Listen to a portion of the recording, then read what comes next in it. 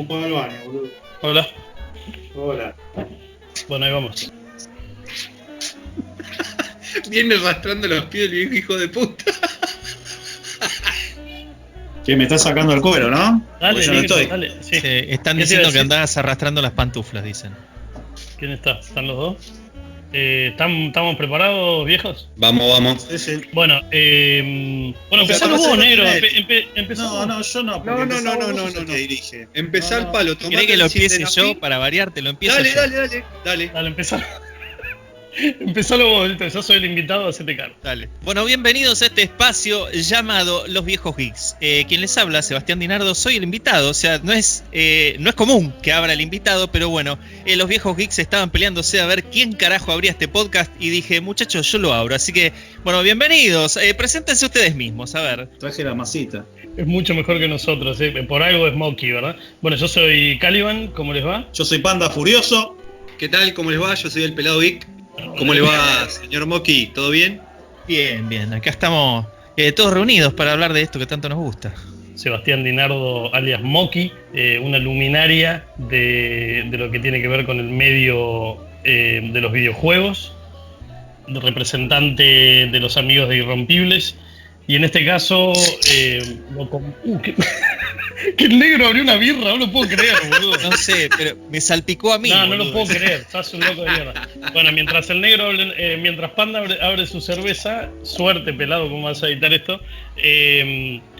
Quisimos invitar al querido Moki por la noticia de la semana, digamos, lo más convocante que hay en el mundo de los videojuegos en este momento, que es el fucking The Last of Us 2. Y nadie mejor que él, que incluso tuvo conversaciones con los creadores, que viajó a la E3, que estuvo ahí en los últimos momentos y conoce algunos datos interesantes sobre el proceso de creación. Pero principalmente, como para arrancar, ¿cuál es tu visión, digamos, sobre este enorme momento que está pasando PlayStation con la salida de este juego? Yo creo que es un momento que estuvimos esperando todos. Lo estuvimos esperando nosotros durante 7 años y lo estuvieron esperando ellos. Porque no es común tener entre manos una de las mejores historias, te diría jamás contadas en los videojuegos. Porque sabemos que hay grandes historias, pero ninguna, o por lo menos acá voy a ser subjetivo, ninguna me pegó tan fuerte, ninguna fue un flechazo en el medio del pecho como fue The Last of Us, la primera parte. Entonces, particularmente en mi caso, yo estaba esperando muchísimo esta segunda parte. Creo que hay mucha gente que estaba como yo, y es difícil porque eso genera una expectativa altísima, y cuando la gente tiene la expectativa muy alta, si no consigue lo que quiere, se puede llegar a enojar, que pasó un poco eso, pero ya vamos a llegar a ese episodio.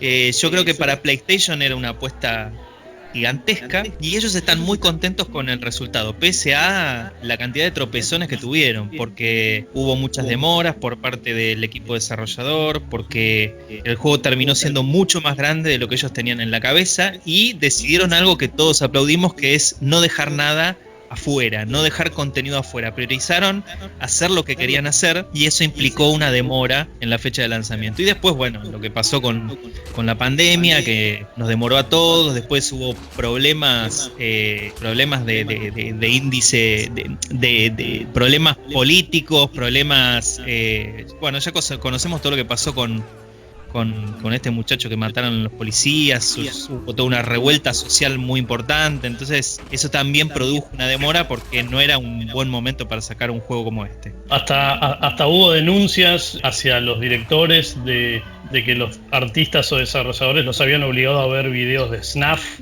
de violencia explícita, para poder trasladar. Hubo alguna que otra denuncia también. Todo esto que está ahora aconteciendo en el mundo de los videojuegos, que es la llegada del Me Too, digamos, también a los videojuegos, que es estas denuncias de acosos y demás. Pero bueno, un poco parecido también a lo que le pasó a la gente de Red Dead Redemption 2 cuando terminó, y sobre todo con las denuncias de maltratos laborales, de tiempos. Porque la realidad, que eso también veníamos hablando con los viejos, es que cada vez es más difícil, ¿no?, hacer videojuegos. Cada vez son caminos más extensos. Lo que digo con esto que decís vos es que en realidad las exigencias en el desarrollo de videojuegos son cada vez más altas, porque los juegos, para tratar de sorprender al usuario, son cada vez más complejos en historia, complejos en desarrollo, obligatoriamente tienen que ser mejores gráficamente a cualquier otra cosa que hayas visto, porque si no, no hay nada que te sorprenda. Entonces eso termina haciendo que el proyecto inicial sea mucho más grande y mucho más tedioso. En el caso de Red Dead Redemption, como decías vos, hubo muchísimas quejas porque se acercaba la fecha de entrega y faltaban cosas. Entonces el estudio empezó a apretar las clavijas y dijo: muchachos, nos quedamos a dormir acá, pero esto hay que entregarlo y tiene que estar bueno. Y es parte del juego, o sea, pasa ahí, pasa en un montón de trabajos. Lo que pasa es que no está bueno si son cosas que se pueden evitar. Tan expectantes los dos viejos, el pelado y Panda. La realidad también es que, porque ellos son usuarios sobre todo de Xbox. Durante este podcast, para que vos lo sepas, arrancó un poco como un squad de Warzone, que tiene la particularidad de ser crossplay. Entonces ahí fue muy interesante y nos unimos a través de ese juego, pero son plataformas diferentes. Ellos estaban un poco reticentes quizás a hablar de The Last of Us, porque bueno, al ser usuarios de Xbox no han tenido todavía la oportunidad de jugarlo. Quizá alguna vez el Panda me dijo que, vos me vas a desmentir si no, Panda, que quizás en la próxima generación te pases a Play 5. Sí, es lo más probable. Yo he notado que si bien Xbox cumple todas mis expectativas en cuanto a juegos, yo tampoco soy demasiado exigente con el mundo de los juegos, ¿no? A mí poneme un shooter, ni te juego la historia y me voy directo al multiplayer. Eso de que me vayan guiando un poco a veces me aburre. Incluso me está pasando ahora con The Witcher, que lo estoy probando para entender un poco todo lo que se viene con el tema de Cyberpunk 2077. Pero sí he notado que hay una diferencia enorme de calidad en los menús, en esas cuestiones que a mí me gustan mucho. Entonces es muy probable que para Navidad, cuando salga la nueva consola, la adquiera y voy a poder meterme un poco en todo este mundo de Last of Us, que en realidad yo no entiendo mucho porque es como que pasa todo por encima nuestro, a nosotros mucho no nos invade, no estamos pendientes de eso porque es un juego al que no podemos jugar. Pero sí me puse a ver un par de gameplays y empecé a ver no el 2, pero sí gameplays del primero y la verdad que quedé impactado. ¿Y por qué, Moki, te parece que vale la pena, digamos, en algún momento pasar por esta experiencia, como nos decías, tanto del 1 como del 2, ¿verdad? Vos hablabas de la narrativa, sobre todo. Son juegos que te obligan prácticamente a tener una consola que no tenés. Porque sentís que, si no lo jugaste, sentís que te estás perdiendo algo importante. La estás viendo pasar, que es lo que te estaban contando recién. A mí me pasó con el Red Dead Redemption cuando lo lanzaron para Play 3. Yo no tenía la consola y quería jugar ese juego, necesitaba jugarlo. Son esos juegos que te obligan a tener una consola que no tenés. Y en este caso yo creo que... Porque el Red Dead Redemption en su momento fue exclusivo de Play 3, ¿verdad? Casi por un año o más. Sí, exactamente, fue exclusivo. Y pasa lo mismo con The Last of Us. O sea, al menos por ahora, son juegos que son exclusivos de PlayStation. Y realmente creo que es una de las mejores historias en cuanto a narrativa, en cuanto a fotografía, si pudiera hablar de fotografía en videojuegos, en cuanto a edición, en cuanto a banda de sonido, el voice acting, la captura de movimientos de los actores.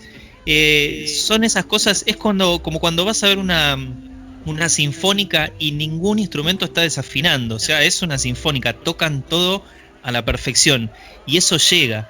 Esos acordes de Santa Olalla que los escuchás y ya te transportan a una situación extrema, ya sentís que algo terrible está por pasar. Es increíble lo que lograron, tanto con el primero como con el segundo. Ojo, aclaro desde ya, son arcos emocionales muy diferentes. O sea, el primero arranca... No me spoilees.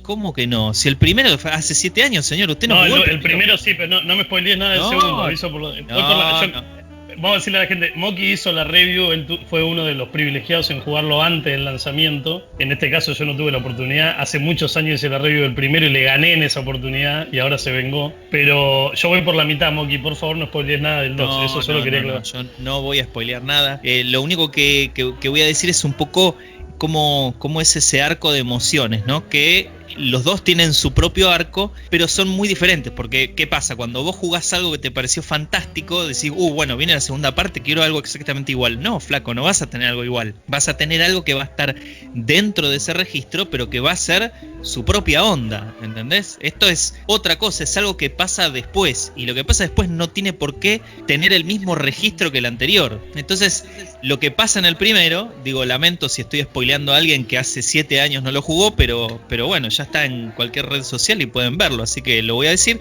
Arranca con un hecho tremendo, que es la muerte de la hija de Joel. Para los que son padres, eso es como que te claven un puñal en el pecho, ya eso te deja tendido en el arranque. Una escena... yo no soy padre y la recuerdo como una de las escenas más impresionantes, no en el mundo de videojuegos, eso es lo que tiene la particularidad de Last of Us, ¿no? Trasciende el gameplay. Recuerdo esa escena y es muy vi dura. Esa parte en esa escena y la verdad que me impactó. Después seguí viendo, pero me quedó grabada esa primera imagen, ¿no? Esa primera escena es una lucha con un guardia y la verdad me impactó. Y con respecto a los juegos que no podés jugar, es cierto, quedó Last of Us, pero también en su momento cuando salió la Play 4 me quedé con ganas de jugar a Spider-Man. Pero ahí, por ejemplo, Spider-Man es un caso diferente, porque es un exclusivo, tiene muy buena calidad, pero la historia es diferente, te lleva a lugares distintos. O sea, Last of Us lo que tiene es que es como una historia muy emotiva. Es una historia que no se guarda nada, no tiene miedo a mostrar nada. Si tiene que hacer algo que no hay que hacer, lo hace. Si tiene que ir por un lugar por donde no hay que ir, lo hace. Hace todo lo que es políticamente incorrecto en un juego, y eso es lo que lo hace más auténtico para mí. Con el primero realmente te lleva, después de esa escena tan terrible, te lleva por un recorrido de un tipo que quedó completamente roto y que tiene que recomponerse anímicamente y no lo consigue. Y le piden hacer un laburo que es llevar paquete de A a B. El paquete es esta chica, Ellie, y en ese recorrido él va redescubriendo afectos y cosas que tenía guardadas, porque esta chica tiene más o menos la edad que tenía su hija cuando la pierde. Entonces empieza a reconstruir esa parte que tenía rota, y cuando llega el momento final, él había reconstruido tanto esa parte, el vínculo era tan fuerte que no podía perderlo. Es tremendo lo que pasa en esa primera historia. Esta segunda historia tiene un arco diferente, o sea, arranca con una situación crítica también, es una situación completamente diferente y que te lleva, es una historia de venganza esto, y es una historia de venganza poco común, porque son esas historias donde vos ves que el personaje se va como arrastrando y no puede frenar. O sea, es como que intenta frenar todo el tiempo y no puede, porque es más fuerte que ella.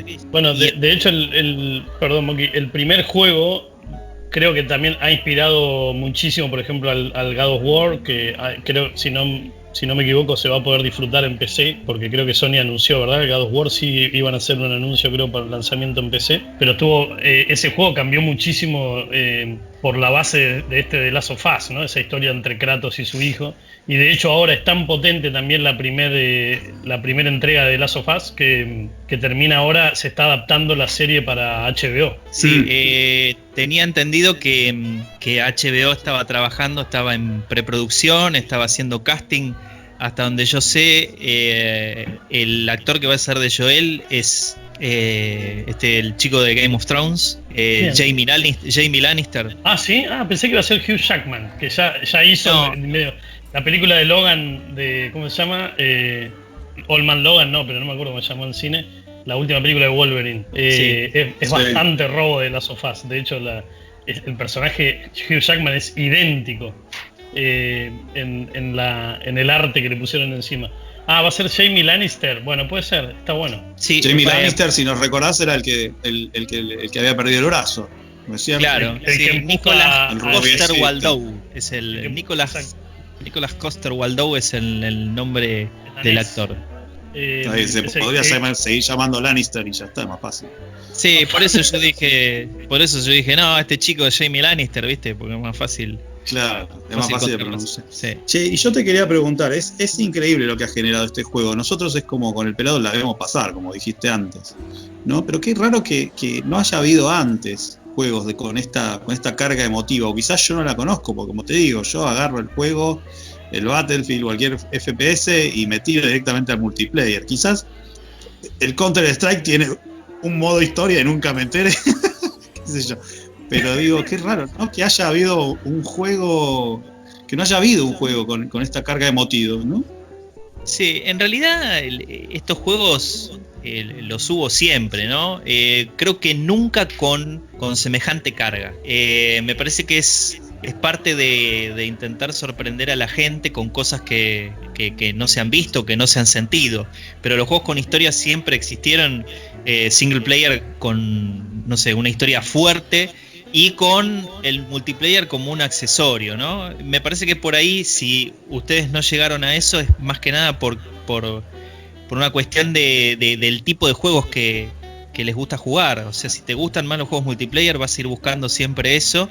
Y cuando descubras uno que te pegue fuerte, digas, mirá, esto es un juego con historia, un single player interesante, vas a decir, ok, acá me estoy perdiendo un universo, y vas a empezar a buscar otras cosas que las hay. Heavy Rain es un juego increíble, también es un exclusivo de PlayStation, pero es un juego con una historia, es un policial negro tremendo. Yo me lo había perdido, llegué muy tarde a esa historia, y cuando la descubrí dije, mirá lo que me estaba perdiendo. Entonces claro, es cuestión de investigar. Era Play 3, bueno, de hecho el autor de Heavy Rain les dice drama interactivo, ¿no? Claro. Arma como un género. A mí me parece que PlayStation, los targets son muy diferentes, ¿no? Si hablamos siempre bueno, Nintendo queda un poco afuera. Nintendo la tiene clarísima con su propio target, no se mueve y no se va a mover, digo. De vez en cuando entra algo particular, pero creo que Xbox y el PlayStation sí tienen una guerra hace mucho, y me parece que PlayStation tiene un target diferente, pero la Xbox me parece que va más a la acción, al multiplayer, y en ese sentido le ganó, digamos, a PlayStation. PlayStation llegó un poco más tarde, me parece, al tema online, que Xbox ahí se avivó, pero me parece que esos temas narrativos, siempre recordemos que este juego está totalmente bancado por Sony, o sea, no es una compañía independiente, sino que no olvidó que es una empresa ahora de Sony, pero me parece que es eso, hay una particularidad, hay un camino, me parece que Sony tomó diferente a Xbox, no sé si es mejor o peor, pero... Y creo que en el último God of War, que era mucho más norteamericano, digamos, en su forma, se fue a un lado más Sony, digamos, un poco más narrativo, ¿no? Hay algo ahí, me parece que es interesante, que quizás Xbox en esta generación termina tomando el guante, ¿no? Con el nuevo Halo Infinite, no sabemos qué va a pasar con eso. Sí, yo lo que creo es que PlayStation entendió muy bien cuál era el diferencial entre dos consolas que tienen prácticamente el mismo hardware, porque si bien hay diferencias entre una consola y la otra, esas diferencias son poco visibles a la hora de sentarse a jugar. O sea, en el producto final vos tenés una calidad gráfica excelente en cualquiera de las dos consolas, el rendimiento es buenísimo, pero ellos entendieron que los exclusivos eran lo que iba a marcar la diferencia, que el tipo de títulos que ellos eligieran, el tipo de historias que eligieran contar, iba a ser el diferencial. Entonces ellos dijeron, bueno, ok, vamos a ir por este tipo de narrativas, por este estilo gráfico. Hay cosas muy diferentes entre una consola y la otra, si bien por adentro son muy similares. También el tipo de políticas que adoptan, ¿no?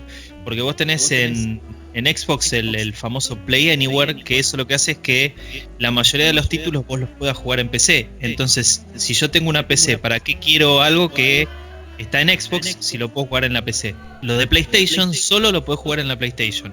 Entonces me parece que ahí ya hay una diferencia muy marcada. Sí, bueno, todos los juegos están disponibles para Play Anywhere. Hoy hablamos con Caliban, que estamos hablando de que él estaba levantando una noticia para nuestro Instagram del Cuphead, y cuando me nombró ese juego me volví loco, porque ese juego es un juego que me encanta, ¿no? Sí. Y tengo justamente la posibilidad de jugarlo en PC, lo puedo instalar tranquilamente en la PC y seguir jugando. Porque está financiado por Microsoft. Claro. Está financiado por Microsoft. Igual ahora... Sí, no importa por qué, digo que la posibilidad es buena. Sí, pero es verdad lo que dice Moki, es raro, o sea, no es raro, porque en realidad es la misma compañía, ellos venden Windows como Xbox, pero es verdad que ese diferencial de Play, al no tener un sistema operativo, por ejemplo, si PlayStation fuera de Apple, quizá pasaría lo mismo con las Macs, digo, pero Es verdad que el ecosistema, digamos, de Windows y Xbox es medio como lo mismo, y PlayStation es como dijo Moki al principio, es verdad que son vendeconsolas, que también Xbox los tiene, ¿no? Creo que Halo va a ser el vendeconsolas de la generación que viene de Xbox. Hay que ver cuáles siguen, pero es verdad que por lo menos en la generación que está terminando, PlayStation me parece que ahí dio el batacazo en ese sentido. Como Nintendo básicamente es la compañía de los exclusivos, ¿no? Porque los japoneses tienen mucho de eso, me parece que es interesante. Y de paso recuerdo como para cuando salió el primer juego con Moki, como para entrar un poco en el tema del desarrollo más que nada. Cuando salió el primer juego con Moki tuvimos la oportunidad, yo en ese momento estaba mucho más asiduamente con la gente de Irrompibles y pudimos hablar en las oficinas de Sony, que no sé si siguen estando, creo que sí, en el PlayStation Store ahí, en el Sony Store de Cabildo y Juramento. No están más. No están más.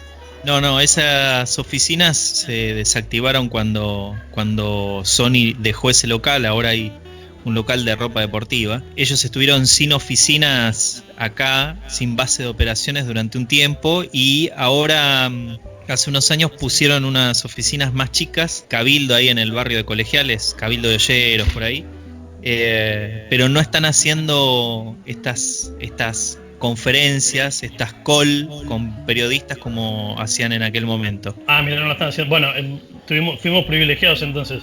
Yo estaba medio tímido y Moki era más un pirata más con más experiencia en esos mares, digamos, pero básicamente era estar sentado con un montón de nerds que hacen periodismo o lo que estamos tratando de hacer nosotros con los viejos, por lo menos charlar un poco y comunicar sobre la industria del videojuego y la industria geek. Y tuvimos la oportunidad, nos sentaron en una mesa todo muy careta con un micrófono de esos que parecen una araña, y adentro de ese microfonito en Los Ángeles estaba el director del juego y Gustavo Santaolalla, el compositor argentino, sí. Por si no lo saben los oyentes, ganador del Oscar 2 veces.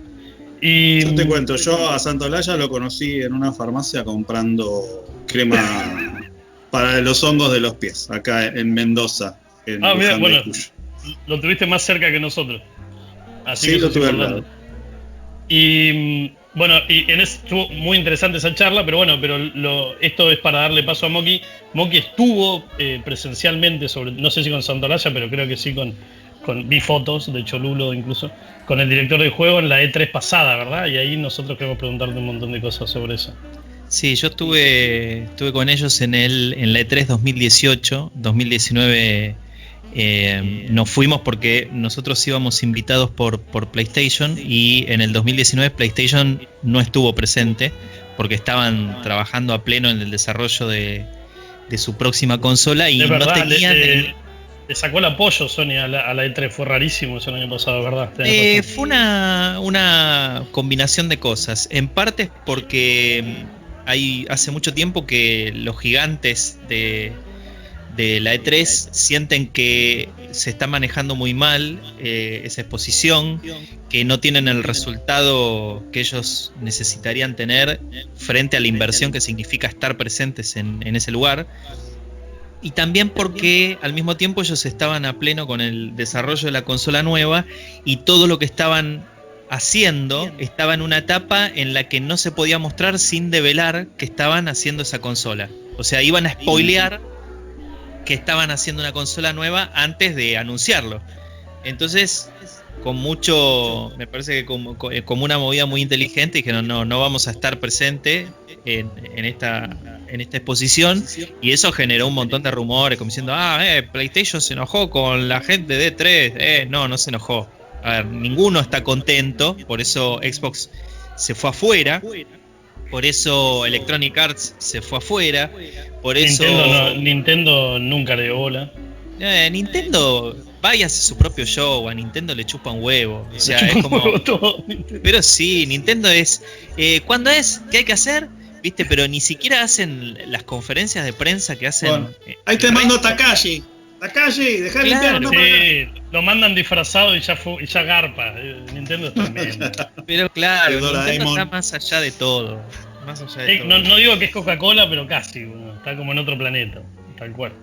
Sí, exactamente esa es la definición. Nintendo está en otro planeta. No saben si les va bien o si les va mal. Tampoco les importa. O sea, ellos van y hacen su propio mambo. Si te gusta, perfecto. Y si no te gusta, también. Ellos hacen lo que tienen en la cabeza hacer. No van a timonear absolutamente nada porque la gente levante el dedito y se queje o los aplauda. Ellos dicen, mira, es por acá, para nosotros es por acá, subite o bajate. ¿Y cómo fue la presentación en ese 2018? Que en términos de videojuegos, obviamente estamos hablando de 2 años aproximadamente, pero en términos de videojuegos es nada, ¿no? Porque básicamente hace 2 años estaban terminando el juego, porque creo que el desarrollo duró casi 7, ¿no? Sí, el desarrollo duró casi 7, pero hay que tener en cuenta que la compañía ellos la dividen en distintos grupos de trabajo y ellos estaban trabajando con Uncharted en ese momento cuando empezaron con el desarrollo de Last of Us, que en un principio ellos no querían hacer esta segunda parte porque estaba el temor a mandarse una cagada. Cuando vos tenés un producto que es tan bueno, hacer algo que esté a la altura es muy difícil, tenés la vara altísima. Y ellos dijeron, no vamos a hacer nada porque la historia está bien contada, es una cápsula perfecta y no vamos a hacer nada que ensucie eso que ya hicimos. Aparte que argumentalmente era un final perfecto. Sí, era un final perfecto. Entonces cuando vos tenés algo que cierra de esa manera, es una decisión grande, importante, agarrar eso y tratar de enlazarlo con una nueva historia y que cierre como cerraste la primera. Hasta que dieron con una idea que podría llegar a funcionar, empezaron a tironear de eso, vieron que había material, que había cosas como para seguir contando, se dieron cuenta de que había mucho más de lo que ellos sentían para contar y me parece que también tomaron una decisión ideal, sumando al equipo a Hayley Gross, que es guionista de HBO, que es guionista de Westworld, por ejemplo, que la mina es increíble. Entonces la sumaron al equipo y ella se sentó con ellos a tirar y lo que entregaron es maravilloso. O sea, te puede gustar o no te puede gustar. No spoilees. No voy a spoilear nada, tranquilo. Tome la pastilla, abuelo. Por las dudas. Te puede gustar o no, pero el producto es maravilloso. O sea, juega mucho con la percepción de cada uno, ¿viste? O sea, si vos vas muy enganchado con, no, a mí dame el mambo anterior y vas a putear seguro, porque es una historia completamente distinta.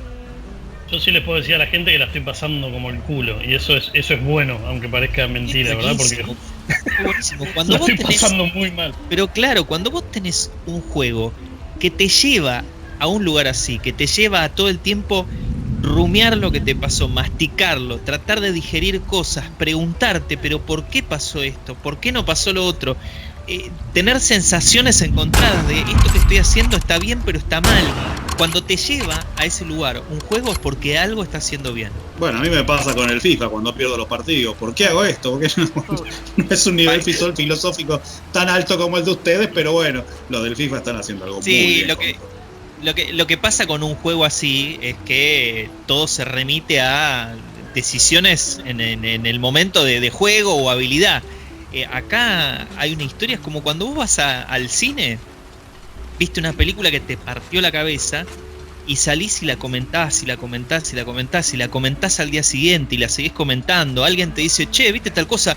Sí, y te volvés a enganchar comentándolo y todo el tiempo volvés a ese lugar a comentarlo y a repensarlo. Entonces, cuando un juego logra eso, está bien hecho. Y por eso mismo me parece que es interesante para transmitir eso, porque no olvidemos que el gameplay es muy muy bueno también. No es solamente una historia, el gameplay está absolutamente fusionado con el gameplay, en la historia, el guión está fusionado con el gameplay. Yo siempre trato de jugar los juegos difícil. Lo estoy jugando ahora en esa dificultad, es bastante complejo, muy interesante, y realmente los nervios explotan cuando se combina esa historia tan terrible con el gameplay. Pero la realidad también es que es lo mismo, hay una idea, me parece, o un establecimiento de que, y justamente me parece que juegos como este son los que dan un paso más, o la enorme modificación, repito, estoy insistente con eso del God of War, en meter más historia que gameplay en un punto, y creo que le salió muy bien, en que los juegos se están transformando mucho más y cada vez más en experiencias narrativas. Entonces, como te gusta una película, como te gusta una serie, y como uno puede ver, eso también hay que empezar a aceptarlo, creo, y está empezando a ser muy importante y tiene más peso en los juegos, digamos, que no solo es divertirse, que los juegos se están transformando cada vez más en experiencias sensoriales, narrativas, de la misma forma que lo son un juego como FIFA o Warzone, digamos, que también lo tienen, pero de otra forma. Me parece que de a poco eso se va transformando, creo que en adultos, justamente, una industria que se va creciendo también, acompañando a los gamers, ¿no? Porque eso también, la edad promedio ahora de un gamer está alrededor de entre 34 y 39 años, y creo que eso también Sony lo entiende perfectamente, y creo que eso es bienvenido.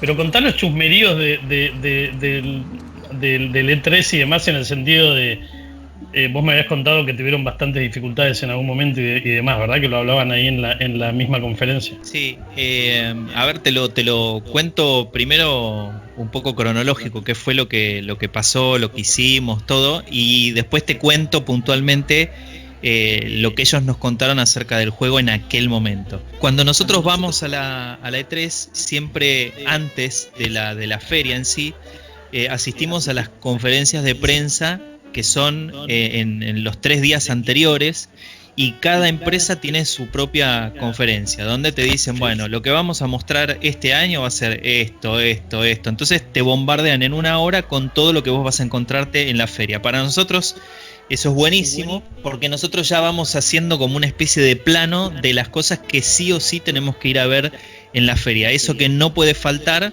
en tu visita a la hora de armar un informe escrito o de armar algún informe en video.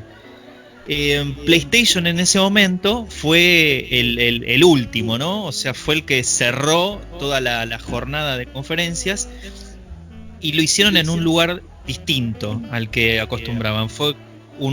Era un lugar muy grande, una especie de estadio, y era una experiencia como un poco más interactiva, porque te iban llevando de un lugar a otro, eran como distintas estaciones. Entonces vos entrabas en un lugar, te sentabas, pasaba algo, pasabas al próximo lugar, te sentabas, pasaba algo.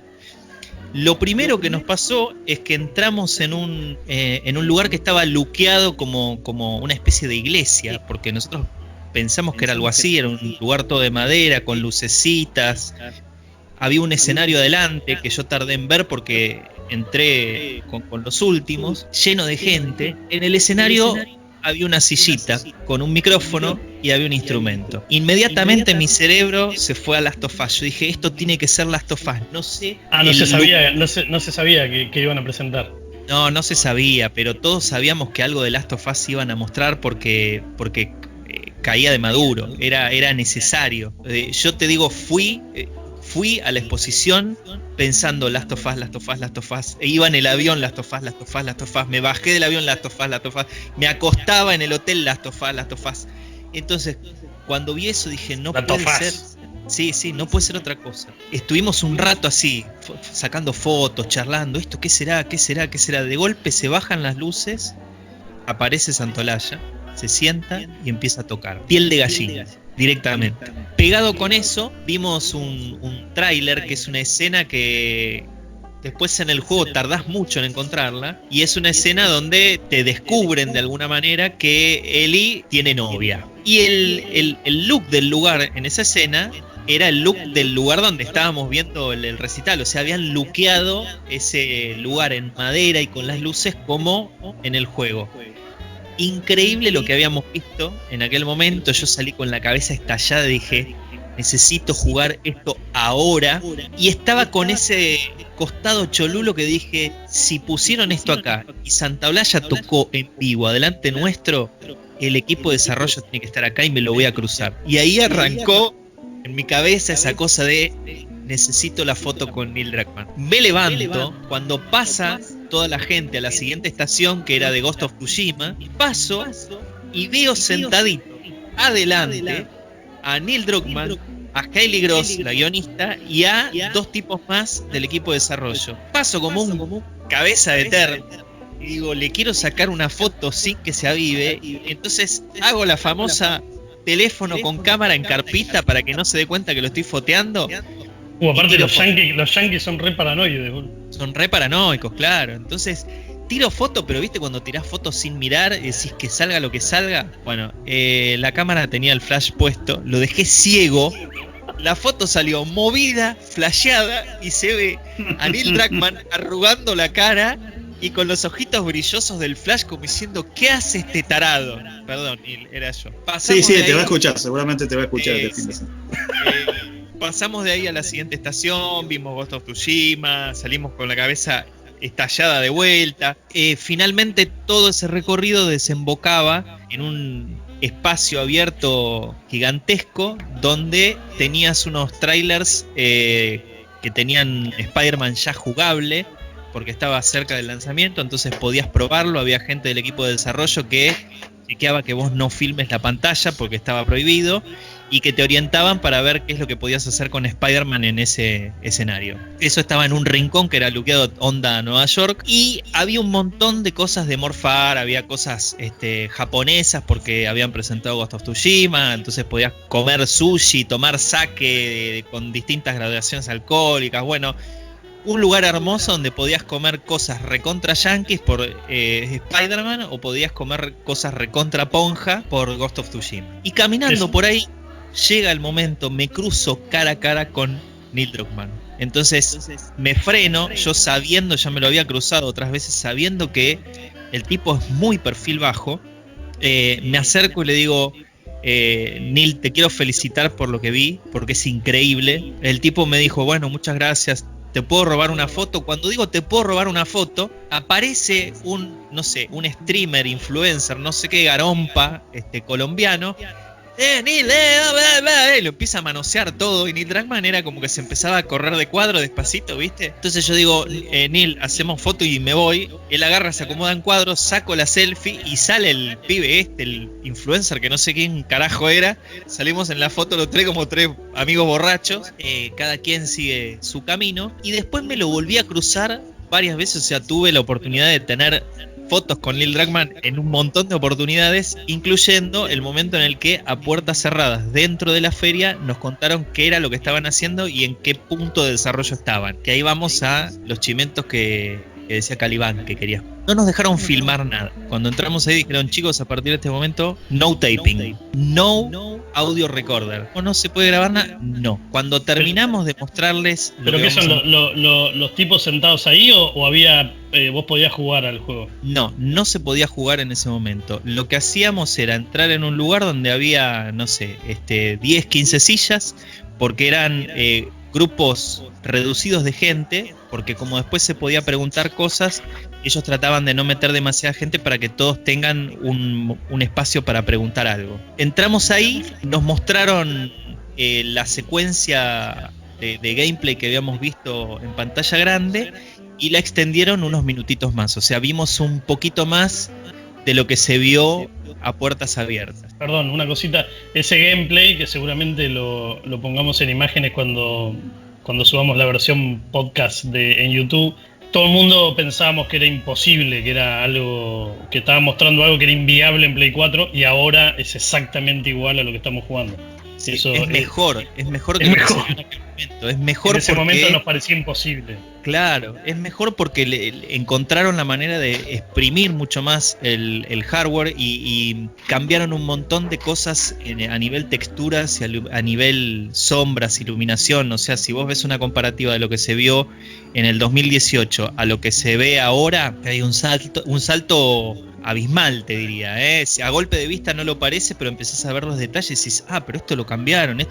O sea, el personaje de Abby, por ejemplo, tuvo cambios a nivel físico. O sea, la mina ahora es como mucho más grosa de lo que era en aquel momento. Era un poquito más fibrosa y escuálida, y ahora la mina es como te pega una piña y te esconde la cara. Eso a mí me gustaría destacarlo, que es increíble como con el mismo hardware hayan hecho un juego que parece de otra generación, ¿no? Cosas que Sí. no pasan, por ejemplo, en Xbox. En Xbox no pasa, salvo un juego que se jugué una vez de unos romanos, creo que se llama Rome, Sí. que era de un tipo que ese juego era impresionante visualmente, era increíble. Sí. No vi otro juego como ese, muy pocos, pero eso quería destacar, cómo con una sola consola, con un mismo hardware han logrado lo que veo en el gameplay. Eso sí, es asombroso. Sí, pero ¿sabés por qué pasa eso? Porque a diferencia de Xbox, la gente que trabaja desarrollando para PlayStation tiene un hardware que es ese. O sea, ellos trabajan para que rinda bien en esa consola. En el caso de Xbox, ellos trabajan para que rinda en esa consola y eventualmente sea porteable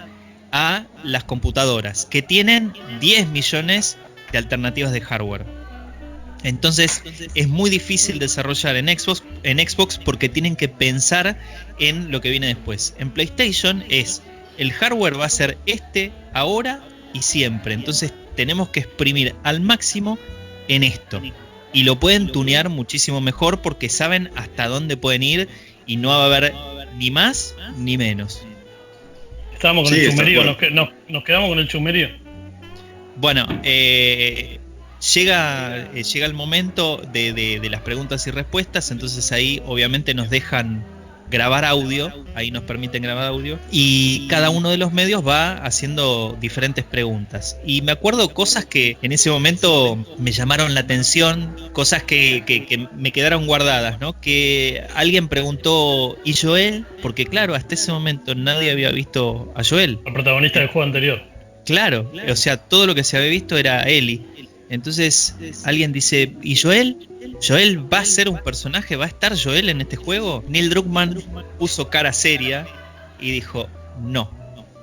Y hubo un silencio y un casi, oh. Y después hizo una media sonrisa y dijo, al menos no como personaje jugable. Ah, entonces va a estar. Y él ahí se cayó porque se dio cuenta que había dicho un poco más de lo que tenía que decir.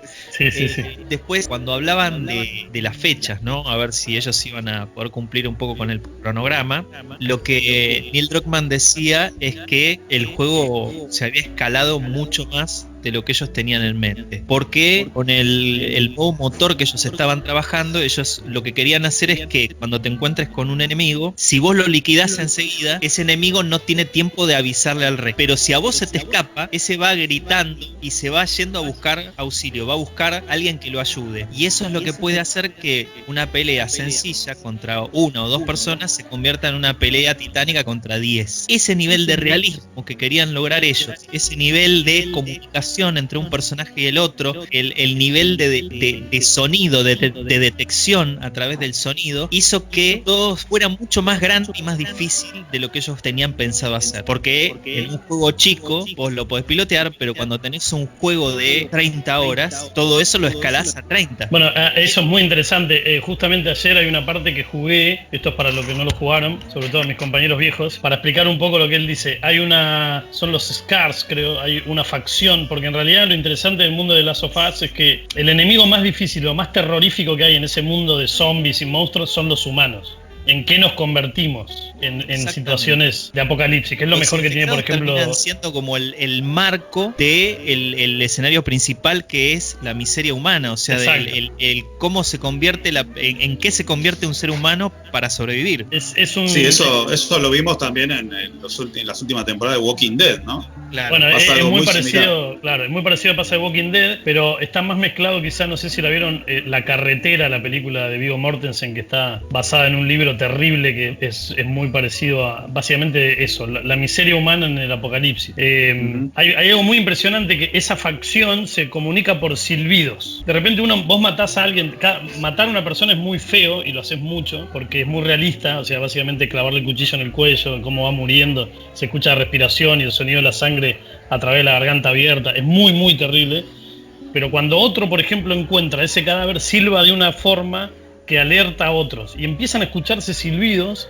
Es un juego para jugar en auriculares. Y esos silbidos, esa facción se comunica, o sea, militarmente con silbidos. Y hay dos silbidos para algo, un silbido largo cuando encuentran un cadáver. Y vos te das cuenta que le están avisando sin decir, acá hay un muerto. Y todos los silbidos se empiezan a acercar y te empiezan a rodear. Y es muy impresionante. Justamente ayer pensaba, es muy interesante lo que decís, ¿cómo logran este nivel de inteligencia artificial para eso? Claro, a nivel de programación debe ser bestial. Eso les alargó el juego. Es una locura. Pensá en esto, vos hablaste de una de las facciones. Hablemos de la otra, hablemos de los lobos. Los lobos generalmente se mueven en grupos, van patrullando, van revisando un sector, y el quilombo es cuando empiezan a aparecer con perros, porque cuando aparecen con perros, vos decís, uy, ¿cómo carajo me escapo de esto? Porque el perro te va olfateando. Vos cuando entras en el listen mode, como se llama, para ver dónde están los personajes, ahí más o menos los ubicás por sonido, vos ves en el piso, si hay un perro presente, una estela que es el aroma que vas dejando a tu paso, y ves el perro como empieza a seguir esa estela y se va acercando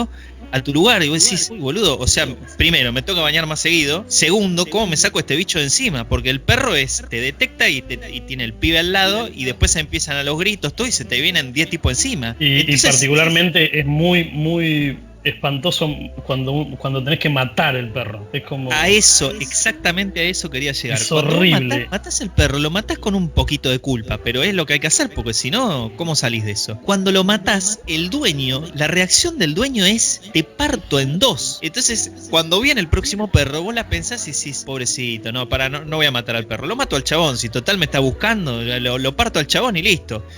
Matás al tipo y el perro vuelve, empieza a olfatear el cadáver y empieza a llorar en el cadáver, y vos decís, no me hagas esto. Es impresionante. No, es muy impresionante. Porque generalmente uno mata de lejos, con un arco, siempre silencioso. Eso también a veces hay personas que los nervios, los juegos de stealth, digamos, de esconderte y matar, a mucha gente no le copa. Pero bueno, lo matás de lejos. Entonces vos ves de lejos cómo el perro llora sobre el cadáver de su dueño. Tremendo, sí. Y así hay miles y miles de detalles que te van hundiendo cada vez más el corazón. O sea que hay que matar a los dos rápido y listo, ya está. En realidad lo que conviene es matar al perro primero. Claro, pero el tema es, llega un punto en el que decís, bueno, no lo pienso más y hago lo que tengo que hacer. Que es un poco la mentalidad que tendría el personaje en ese momento. Es, bueno, no me voy a detener a pensar en lo que estoy haciendo. Simplemente voy y lo hago porque yo quiero llegar de A a B. Yo quiero encontrar al responsable del desencadenante. Entonces es muy difícil porque vos te das cuenta que estás haciendo cosas que no hay que hacer y sentís lo que siente ese personaje, que está haciendo cosas que no hay que hacer. Y eso es lo que te digo, que después te hace rumiar todo el tiempo lo que está bien y lo que está mal, lo que es correcto y lo que es incorrecto. Eso para mí es lo más fuerte del juego, que todo el tiempo te vuelve a transportar a esos episodios y vos decís, uy, pero ¿y si hubiese estado ahí? Si me hubiese tocado estar a mí ahí, ¿yo hubiese hecho lo mismo? Es tremendo la cantidad de cosas que te dispara, la cantidad de emociones que dispara este juego. Y por eso para mí es una historia maravillosa.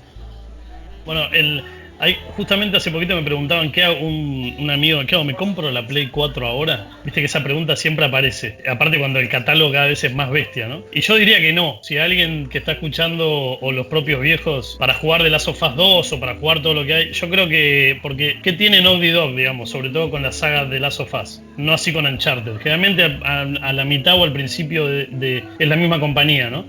Al principio o a la mitad de la generación sacan un Uncharted y posteriormente sacan un The Last of Us en este caso. Pero está muy al final de la generación, por eso exprimen tanto, Panda, que vos preguntabas cómo logran eso. Exprimen mucho el final de la generación. Son casi 7 años de que tiene la máquina de vida y la comunicación entre los estudios de PlayStation es muy fluida también. Entonces van logrando eso. Pero seguramente cuando empiece Play 5, como pasó con la Play 4, va a salir la versión 4K a todo culo de The Last of Us 2. Y a mí me parece que sería interesante directamente eso. Sobre todo con comprar ya, jugar The Last of Us en la Play 5. Sobre todo con esta tendencia que hay ahora de que el upgrade va a ser gratis si vos tenés el The Last of Us en Play 4, ¿no? O sea, el upgrade de generación, como está pasando en varios juegos y varias compañías que, por ejemplo Electronic Arts, que van a hacer eso, me parece que es un gran juego de comienzo de generación, porque la realidad es que PlayStation, desmentime vos, Moki, pero no tiene muchos grandes lanzamientos cuando salga la Play 5, o por lo menos me da esa sensación. No, es verdad. Tiene algunas cosas, pero me parece que por el momento no tienen algo que sea como la decisión de compra, ¿no? No tiene un Halo Infinite, por ejemplo, como va a tener. No tiene. No tiene, pero me parece que PlayStation va a jugar mucho con las cosas que te rompieron la cabeza en la consola anterior y que vos podés con un upgrade mínimo volver a jugar a todo trapo. Entonces creo que van a arrancar un poco con esa movida, lo cual para nosotros que estamos mal de bolsillo es una buena noticia porque nos da tiempo a decir, bueno, ok, no me estoy perdiendo nada tremendo en el arranque, puedo juntar unos mangos y llegar a la consola un poquitito más adelante. Cuando la máquina mínimo va a salir 60.000 pesos si lo pensamos en Argentina. Va a salir más. ¿Va a salir más? Bueno, entonces yo no compro nada, me voy a jugar a tu casa, Caliban. Preparame una Nesquik con unas facturas y me voy a tu casa. Y bueno, yo por esa razón 120 a 1. Claro, pero por esa razón, cuando vos decís, cuando alguien te pregunta, che, ¿qué hago? ¿Me compro la Play 4 ahora o espero la Play 5? Yo voy a disentir con lo que vos le dijiste a esa persona y te voy a decir por qué. En condiciones normales, yo hubiese dicho lo mismo que vos, pero no estamos en condiciones normales. Estamos, como todo el mundo, en el medio de una pandemia, tendremos todos el bolsillo roto, estamos viendo cómo llegamos a fin de mes y no sabemos cuándo vamos a salir de esto y cuando salgamos cómo vamos a salir de esto. No sabemos si vamos a poder pagar esa consola que tantas ganas tenemos de tener, porque no sabemos ni siquiera cuánto va a estar el dólar. No sabemos cuánto va a costar esa consola. Podemos intuir que va a costar alrededor de unos $500. Ese es el rumor más fuerte. Pero no sabemos si efectivamente va a costar 500 y no sabemos cuánto va a costar el dólar cuando salga la consola. Entonces, si vos me preguntás a mí cuánto crees que va a salir la consola acá en Argentina, y yo creo que por lo menos la vas a pagar 100 lucas la consola. Entonces, ¿tenés vos 100 lucas para comprar una consola o preferís ahora, con el cambio que tenemos ahora, agarrar a alguno que se la quiera sacar de encima, exprimirla al mango hasta que puedas tener plata para la próxima consola? Y yo jugaría ahora, porque después no sé cómo va a venir. Bueno, en realidad el análisis que hay que hacer es en el momento en que salga el precio, si la podés comprar. Lo que tenés que hacer es empezar a guardar plata si querés ahora, ver qué pasa en el momento cuando salga, qué precio está y ahí poner en la balanza, porque vos estás comprando algo que quizás sale el doble o el triple, pero te estás asegurando consola estás haciendo inversión a largo plazo. Está bien que no todos pueden hacer eso, claro, pero yo entiendo que el target de la PlayStation 5 al inicio no va a ser para cualquiera. No va a ser para cualquiera. Por esa razón, perdón, Moki. No, lo que digo es, por esa razón yo creo que si vos hay un montón de títulos de esta generación que está terminando que no jugaste y que sentís que tenés que jugar, me parece una movida muy acertada agarrar y te compras ahora una Play 4 nueva o te compras usada, que por ahí estás más fácil para llegar, y tenés todo un catálogo inmenso que podés disfrutar hoy hasta que llegue ese momento, que vos no sabés cuándo va a llegar, no sabés si la vas a poder comprar a fin de año cuando salga, que tampoco tiene fecha de lanzamiento porque están todos trabajando en el medio de una pandemia que no saben cómo va a seguir adelante. La promesa es que para fin de año, para Navidad, las consolas van a estar a la venta. Lo cierto es que así como te tiran una fecha, la vuelven a correr porque nada es seguro. Lo único que es seguro es que vos, hoy por hoy, podés conseguir una consola, una PlayStation 4, y podés jugar un montón de cosas. Y tal vez es pagable. Sí, y mi pregunta es, ¿vos decís que una fecha tan importante como Navidad puede correr riesgo de que no se corra, que se corra la consola? Y por otro lado te pregunto, ¿no existe la retrocompatibilidad en los juegos de PlayStation? Sí, debe existir. Con el tema de la fecha, yo creo que ellos, tanto PlayStation como Xbox, apuntan a cumplir con esa fecha, pero hay situaciones que están fuera del control de cualquiera, que es una pandemia que no se retira, una vacuna que no aparece y gente que se pone a trabajar, se vuelve a meter en cuarentena, vuelve a trabajar, se vuelve a meter en cuarentena. Entonces es muy difícil poder cumplir con el tiempo cuando vos tenés la gente que no trabaja parejo, ¿no? Entonces me parece que eso es algo que lo va a decidir un poco el curso de la pandemia. Me parece que si esto se retira un poquitito y se puede trabajar con continuidad, tal vez lleguen, pero si lo tienen que cambiar, y yo creo que no van a dudar y lo van a cambiar, y me parece que también esa va a ser una segunda carrera para ver cuál es la consola que se posiciona primero, porque la que llegue a la fecha de lanzamiento prometida es la que ya va a arrancar con el pie derecho, y la que menos falla tuvo que corregir, ¿no? Y la retro, sí, igualmente PlayStation nunca ha tenido graves fallas, digo. Lo que sí por ahí puede pasar es como cuando se ve la Switch, la Nintendo Switch, que incluso tecnológicamente es más simple. Fue tan bestial lo que pasó que durante casi un año no tuvieron stock. quizá puede pasar un poco eso. Hay que ver. Y la retrocompatibilidad que te preguntaba Panda de Sony, esa es una pregunta que siempre hacen los de Xbox, que lo usan como banderita. Qué bajo, Panda, qué bajo. Mirá, no es bajo, es una pregunta, porque es parte del análisis que vos tenés que hacer al momento de hacer una inversión a largo plazo, como es comprar una consola así. Che, y los puedo entender, pero eso desequilibra bastante la balanza también. Si yo puedo jugar The Last of Us 1 comprando la PlayStation 5, es un golazo. Juego uno y después juego el otro. Mirá, lo que se sabe es que va a haber retrocompatibilidad en una X cantidad de títulos. Todavía no dijeron cuáles son, pero sí va a haber retrocompatibilidad.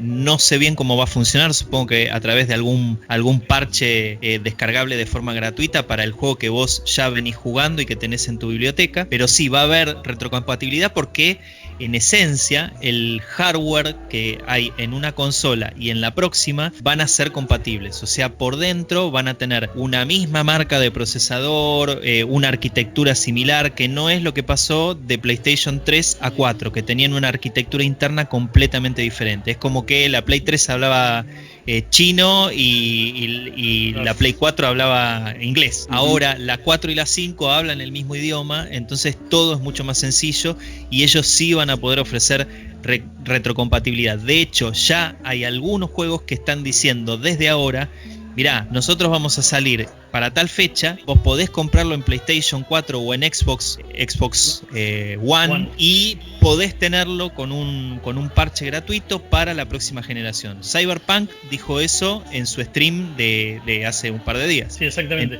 Y para ir cerrando y no sacarte más tiempo, que sabemos que tenés algunos temas relacionados con el lío de la pandemia, digo. Hoy hablábamos con el pelado Viega hace un rato. Para nosotros, sobre todo después de este periodo terrible de encierro, y aparte que somos tan jóvenes en esto de los podcasts y demás, queremos hacer como una especie de viaje de egresados de viejos en realidad, lo antes posible, o es nuestro sueño la E3. Y queríamos preguntarte ¿qué consejo nos puedes dar, o de qué forma uno puede viajar a la E3? Si por ahí no están sponsoriados por PlayStation o demás, ¿es posible? ¿Hay algún consejo para los viejos geeks para encontrarnos allá tomando sake y todas esas cosas que decías? Hay que ver primero un montón de cosas, ¿no? Hay que ver, después de todo esto, qué pasa con la E3. Porque la E3... Bueno, estaría de muerte, ¿verdad? Claro, la E3 viene como dando síntomas de extinción desde hace un montón. O sea, desde que se bajó Electronic Arts primero, después Xbox se fue para fuera del predio, los grandes se están bajando, PlayStation no se sabe si va a volver a formar parte de la exposición, y los directivos es como que no están prestando atención a estos llamados, ¿no? Entonces hay que ver si la E3 sobrevive a eso y a esta pandemia, porque cuando salgamos de todo esto va a haber un montón de cosas que van a cambiar acerca de los lugares que reúnen mucha gente, la proximidad, el contacto con el resto. Entonces hay que ver a futuro qué pasa. Si todo quedara igual y la E3 sobrevive, la vuelven a hacer, podemos todos estar apretados en un lugar donde hay mucha acumulación de gente. Yo creo que lo ideal es, vos tenés dos caminos: podés entrar como un medio, si vos tenés algo que pueda justificar que vos comunicás acerca de videojuegos, podés inscribirte dando credenciales de lo que estás haciendo, ellos lo evalúan y después te dicen si podés ir o no. Y si no, hay como una cantidad de puestos habilitados a gente común. Vos tenés que pagar la entrada, que sale un billetón, pero podés ir. Si te apurás y reservás tu espacio, te diría que a tiempo. Todo dinero, estaría lindo poder viajar antes de que me tengan que dar las pastillas para la presión, para el hígado graso, todo eso, y no tener que llevar remedio. Sería un golazo. Sí, bueno, yo lo que creo es que igual hasta que esto se acomode, probablemente pase un año. Yo no sé si el año que viene va a haber chances de que vuelva un evento multitudinario como este, ¿no? De hecho, va a haber un montón de eventos que tengo mis dudas que vuelvan físicamente como los conocemos. Me parece que va a pasar un tiempo, y cuando vuelva hay que ver en ese momento, porque tal vez hay otros eventos que te rinden muchísimo más. ¿Qué tipo de? ¿No hay alguno en Villa Crespo, por ejemplo? En Villa Crespo, Chacarita, por ahí. Tengo el 55 que me lleva a mi hija. Podés ir a Argentina Game Show entonces, o Brasil Game Show, como para ir testeando cómo te sentís. Brasil es interesante. Yo estaba pensando ir para Navidad, ir a buscar la consola a Chile, obviamente lo que hacemos todos los que vivimos en Mendoza. Así compré la Xbox, fui y volví en el día. Hay que ver si está y seguramente Chile, ¿no? tenga que hacerlo. Hay que ver qué pasa con Chile, y si hay alguien vivo también en Chile. Hay que ver si está Chile después de todo esto. Aparte, Chile, aparte cuando se vaya el coronavirus van a volver las protestas, así que andás a... Pero sí, siempre... Va a volver las protestas, van a volver los tsunamis, van a volver los terremotos, o sea, ahora están todos esperando, ¿viste? Están haciendo filas. No, ahora, tsunami, ¿qué pasa? No, le toca el coronavirus. Bueno, está bien, esperemos que se vaya el coronavirus. Empezamos de nuevo. Moki, mil gracias. Muchas gracias, por favor, Moki. es un placer hablar con ustedes de esto que tanto nos gusta, que son los videojuegos. Muchas gracias. Un abrazo en grande. serio. Chao, chicos, un abrazo. ¿Y el pelado qué onda? Acá pelado? estoy, no, tuve un problema. ¿Cómo técnico? Tuve un problema técnico y en varias ocasiones quise meter un bocado, no pude y bueno, me di cuenta tarde, pero bueno, nada. No quería. Técnico. Sí, problema técnico de Pero la si para eso chata. ¿Dónde instalar el está- Last of Us en la Xbox? Lo quería instalar y no lo encontraba en la Store. No tiene .exe, me parece, para ejecutarlo en Xbox. Pues bueno, pero la máquina de escribir no me anda bien, le tengo que cambiar la cinta. Yo quería saber, Pregunta que te hacen. una de las cosas, por ejemplo, ¿con qué me voy a encontrar con el The Last of Us 1? Porque el día que lo juegue voy a empezar con el 1, más allá de que obviamente sé más o menos la historia porque va en el 1 y seguramente cuando pueda jugar voy a saber lo que pasa en el 2. Pero quiero saber qué tipo de enemigo me voy a encontrar, qué tipo de armamento, si voy a poder encontrar armas en cualquier lado o voy a tener que estar inventándome armas como, no sé, como en el Far Cry 4, que ya vas a un garage, te equipas el arma o lo tenés que desbloquear o tenés que tener monedas como para ir desbloqueando armas, comprando, o como un Fallout que tenés que hacer inventos raros. Quiero saber eso, la modalidad de juego, ¿cómo sería? Bueno, los enemigos hay dos tipos, como decíamos, están los infectados. Hay algo muy, muy interesante en The Last of Us, que el virus, perdón que me ponga a contestar yo porque sobre Moki digo, pero bueno, los problemas técnicos me llevan a esto. El virus, digamos que es el Cordyceps, es un virus que existe en la realidad, en el mundo nuestro, pero ataca solo a las hormigas. Lo que hace es un hongo que crece en el cerebro del insecto y momentáneamente lo que hace es que incluso lo mueve el hongo, toma control del cuerpo de la hormiga y lo pone en unas posiciones muy extrañas, generalmente hacia el sol o lo lleva a lugares de humedad donde el hongo puede crecer y finalmente la hormiga muere y el hongo se expande desde el cerebro de la hormiga. Es una cosa muy, muy espantosa. Lo que hace The Last of Us 1 es transportar ese hongo al humano. Dicen, bueno, ¿y qué pasa si este hongo nos ataca a nosotros como una especie de anticuerpo de la naturaleza contra la humanidad? Entonces, al principio, antes de jugar el primer juego, uno pensábamos que era un juego de zombies, pero no. Es gente afectada por ese hongo horrible. Pará, pero eso me lo estás diciendo desde el juego 1, nada que ver con el 2. Es el 1, ese es el contexto del 1 y del 2, eso es el juego del 1. Oh. Ahora, porque el 1 empieza y después ya hace 20 años que está esta plaga, la humanidad está en sectores un poco militarizados y demás, y el resto del mundo está lleno de estos bichos, que son humanos contaminados. Y básicamente se manejan como zombies. Ese es un tipo de enemigo. Hay algunos que son más peligrosos, otros que son en una fase inicial y son más humanos como zombies, otros en fases más avanzadas, tienen todo el hongo salido de la cabeza, es muy desagradable. Ahora, ¿y qué son, como mutantes? O sea, ¿tienen Claro. poderes mutantes o algo así? ¿Te tira un ácido que te quema? O sea, tienen 3 estados de evolución. El primero son como zombies, humanos comunes que andan así. Ajá. El segundo estado son humanos que la cabeza ya se les explotó por el hongo. Toda la cabeza mierda. es un hongo. No pueden ver, solamente pueden escuchar. Y son muy, muy extremadamente violentos. Entonces hay que acercarse muy despacito y matarlos en silencio. Y después están estados mucho más avanzados del hongo, digamos, que en el cuerpo, donde ya todo el cuerpo es una monstruosidad y tiran ácido y cosas así. Eso básicamente están en el contexto, pero el verdadero peligro, el enemigo del juego, son los humanos que tienen facciones con nuevas sociedades o anarquías o grupos paramilitares que tratan de sobrevivir en un mundo donde ya no hay Estado, la moneda no sirve para nada. Y básicamente se lucha por comida y armas. Una especie de Blade Runner. No, es una especie de Blade Runner.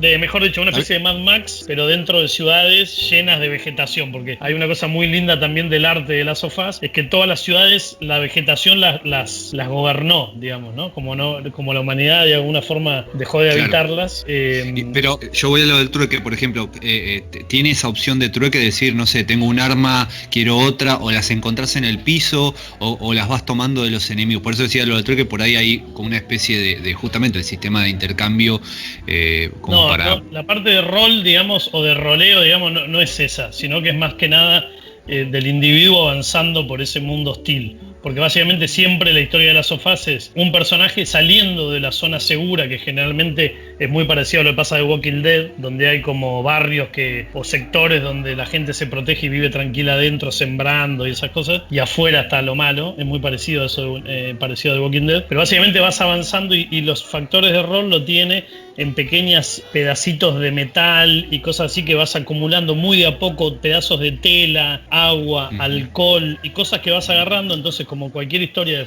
de futuro posapocalíptico, aunque en realidad es medio presente, es como algo medio distópico en realidad, porque no hay nada futurista en el juego, es como si de repente ahora pasara, ¿no? O no hay armas futuristas. Ese futuristas. tiempo y la humanidad al no poder avanzar quedó estancada en esa era actual. Claro, es como si en el 2000 hubiera pasado esto. Entonces podemos decir que en un 80% del juego estás siempre con tu misma arma. O sea, con el arma que te llega es el arma ideal, por así decirlo. Exacto. Con eso no necesitas mejorar el arma. No es así. O sea, hay algunas cosas donde vos vas agarrando, una cosa son vitaminas y vas leyendo manuales y demás que vas encontrando, que son resabios de la humanidad. Generalmente se encuentran en por ahí una librería antigua, abandonada por supuesto, en revisterías o en lugares donde entras a bases enemigas, que te ayudan a mejorar armas y vos podés agarrar tu revólver, que en ese sentido The Last of Us 2 es el juego más detallista que vi en cuestión de armas. Es muy impresionante el trabajo que tiene en el momento que tenés que mejorar el arma. No es como el Call of Duty Warzone o el Battlefield,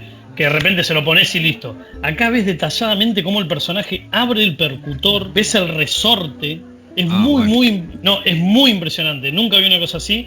Y ves cómo realmente, por momentos no lo hace y saca, pero el detalle del arma es muy impresionante. Y no tenés una enorme cantidad de armas, pero y las balas son muy escasas. Podés mejorar tu arma contundente agregándole tijeras. Las flechas las haces vos agarrando pedazos de cuchillos o tijeras. Es muy interesante. Es muy un trabajo de artesanía que haces con el personaje haciendo bombas molotov. Exactamente, es un survival. Así muy bien el término. The Last of Us es un survival. Entonces, muy difícil compararlo con otro, pero hay algunos elementos de rol que tienen que ver con eso. Y el personaje sí, podés ir haciendo upgrades mientras vas avanzando, donde una mejor escucha, velocidad al apuntar y cosas por el estilo, pero todo de un lado muy realista, que es muy interesante como está hecho. No es que de repente te tomás algo y se pone brillante y ganó un nivel. No, todo es muy detallado y realista. Es como, todo cuesta mucho, todo es muy difícil. Encontrar una bala en el escenario es un milagro. Nunca tenés más de 6 balas en el arma. Es como bastante aterrador todo en ese sentido. ¿Qué estás con un fusil? Generalmente tenés o un fusil, un narco y 2 tipos de revólver, por ejemplo. Podés hacer silenciadores con latas y cosas por el estilo, pero hay momentos donde lo único que tenés es un cuchillo. El cuchillo, por ejemplo, como el Resident Evil, ¿se rompe en algún momento o no? Cuchillo no, pero todas las demás armas y sobre todo los bats de béisbol, los pedazos de metal, las hachas que encontrás sí tienen un tiempo de vida. El cuchillo es lo único que es eterno, digamos, pero para usarlo tenés que estar muy cerca y agarrar a los enemigos desprevenidos y bueno, le abrís la garganta, le clavás el cuchillo en el corazón. Mucho sigilo. Feo. Mucho sigilo, pero a la vez cuando hay disparos y demás es muy violento y muy concreto. Tiene las dos cosas. No es un shooter, es un survival y eso es muy importante. Respecto a cómo termina, haces el juego, listo, perfecto, y termina. ¿Te deja con sed del segundo? ¿O puedes decir, bueno, me la banco, viene bien? ¿O te agarra esa cosa de decir, no, quiero que ya, como pasa con las series, que por ahí termina uno y decís, no te puedo creer que me dejen así? The Last of Us 1, o The Last of Us, porque no tenía numerito en realidad, fue una obra perfecta. Bien. Perfecta, en el sentido de que no había un plan de un segundo, porque no hacía falta. Es más, cuando se anunció el segundo, muchos estuvimos un poco indignados porque es realmente un guión tan perfecto. Cerraba bien.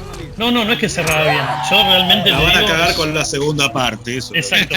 Realmente les digo, si no tienen forma de jugarlo, no quiero spoilearlo porque es muy hermoso. Los insto a que vean de último un video.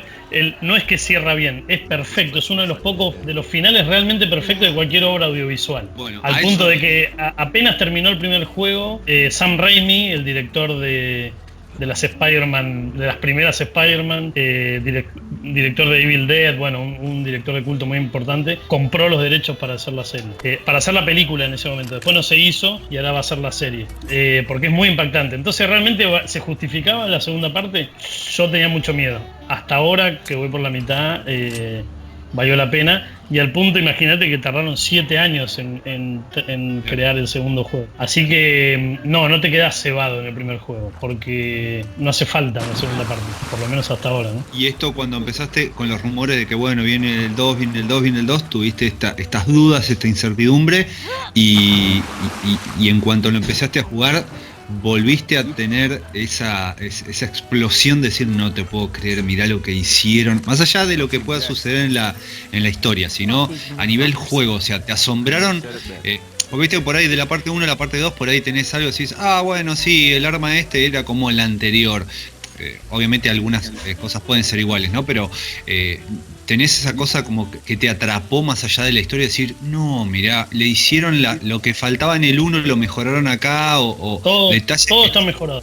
Todo está mejorado, pero es muy importante eso, que eso es un poco lo que queríamos transmitir con Moki, y es difícil hacerlo, transmitirlo. Y todas estas cosas y estas noticias de locura las van a ver en el Instagram y en la web de Viejos Geeks. Así que nos vemos ahí, hasta el próximo podcast. Y bueno, no sé, ¿quién paga el whisky hoy? Yo la verdad que estoy seco. Hoy me toca Panda. Me toca Panda. A mí este fin de semana me toca.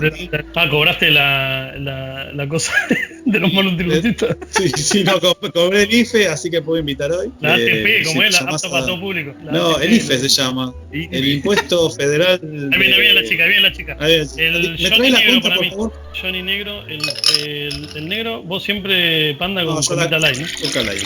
Y el pelado nunca entiendo qué toma. ¿Qué es eso, pelado? ¿Qué es eso que toma, pelado? Es cerveza con hielo. Ay, Dios cerveza mío. con hielo. Está bien. Bueno. Es tan delicado como el vino con soda. Chau, chis. Chau. Chau, chis. Chau. Chau, chis. Chau. Fin.